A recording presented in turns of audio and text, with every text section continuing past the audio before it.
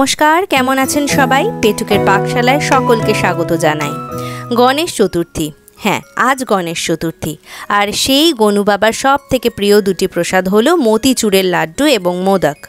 भिडियोटा शुरू करार आगे नतून बंधुदेर उद्देश्ये भिडियोटी शेष अब्दि देखार अनुरोध राखछि। भिडियो भालो लागले लाइक ओ शेयर करारो अनुरोध राखलाम। चलुन देखे नि किभाबे बाड़ीते बसे घरोया उपकरण दिए मोतीचूरेर लाड्डू बानानो जाय। कमेंट बक्से देवा लिंके क्लिक करे आमार यूट्यूब और इंस्टार पेजटाय घुरे आसार आर्जी राखछि। एबार सरासरि चले जाई रेसिपिते।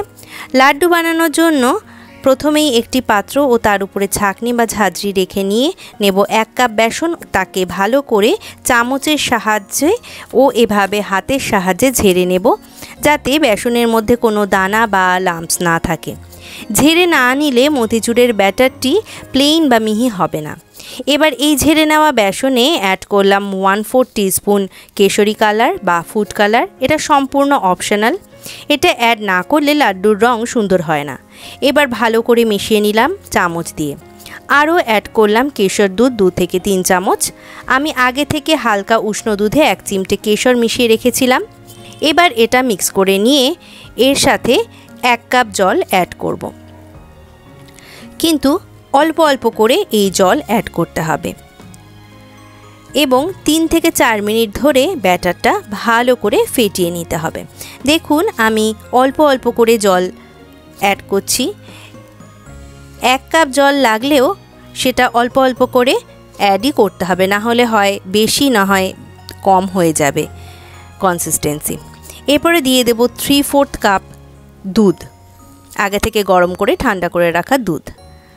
ব্যাস আমার ব্যাটার রেডি। প্রায় এই রকম রানিং কনসিস্টেন্সি হবে, কিন্তু এরম চামচের দুপাশে লেগে থাকবে।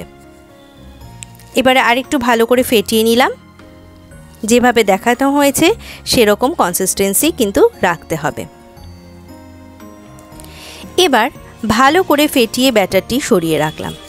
এবার 1 মুঠো মতো চালমগজের দানা বা মেলন সিড ভালো করে ধুয়ে শুকনো কড়াইতে একটু নেড়ে নেব যতক্ষণ না দানাগুলি ফোলা ফোলা হয়ে যায়।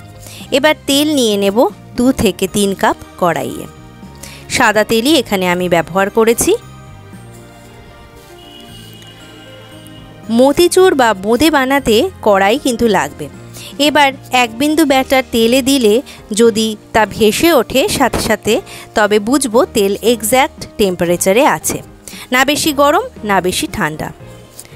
বোঁদে বানাতে মিষ্টির দোকানে বোঁদে ঝাড়া ব্যবহৃত হয়, কিন্তু সেটা বাড়িতে না থাকাটাই স্বাভাবিক, নো প্রবলেম। একটি প্লাস্টিক বাটি নিয়ে সেফটি পিন গরম করে এভাবে ছিদ্র করে নিতে হবে। ছিদ্রগুলি সূক্ষ্ম হওয়া দরকার। এবার 1 হাতা ব্যাটার নিয়ে বাটিতে দিয়ে সমানে এভাবে ঝাঁকাতে হবে যাতে ছোট ছোট ছিদ্র থেকে বোঁদের ফোঁটা তেলের ওপর পড়ে। দেখুন আমি কিভাবে করছি। সমানে ঝাঁকাতে হবে, ঝাঁকালে পর ছোট্ট ছোট্ট বোঁদের দানাগুলি তেলের ওপর পড়বে। এবার 20 থেকে 30 সেকেন্ড হলেই তেল থেকে ঝাঁঝরি হাতা বা সবার বাড়িতে চায়ের ছাঁকনি তো থাকেই, সেই চায়ের ছাঁকনি দিয়ে বোঁদের দানাগুলি তুলে ফেলতে হবে। দেখুন একইভাবে আমি বোঁদেগুলো ছেঁকে তুলছি। প্রত্যেকটি দানা কিন্তু এক সমান ও ছোট ছোট হয়েছে, কোনোটা লম্বা বা অন্য রকম হয়নি। এবার বানাবো চাশনি বা শিরা। 1 কাপ বেসনে মোটামুটি 14 থেকে 15টি লাড্ডু হয়ে যাবে। এবার চাশনি বা শিরার জন্য একটি প্যান নিয়ে নেব এবং নেব 1.5 কাপ চিনি ও সেই কাপ মেপেই 3/4 কাপ জল। এবার এটাকে ফুটিয়ে ফুটিয়ে চটচটে একটা শিরা বানিয়ে নিতে হবে।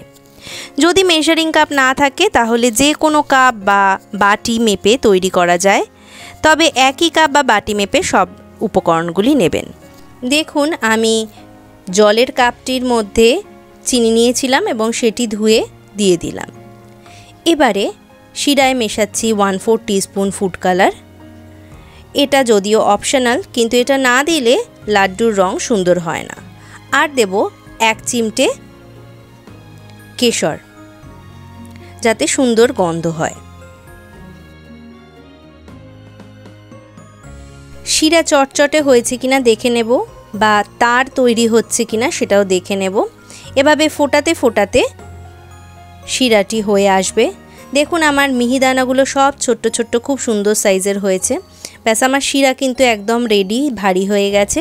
এবারে এর মধ্যে দিয়ে দেব আগে থেকে ভেজে তুলে রাখা মতিচুরগুলি, দিয়ে মোটামুটি 5 থেকে 7 মিনিট মতো নেড়ে চেড়ে নেব, যতক্ষণ না শিরা বোঁদের মধ্যে ঢুকে যায়।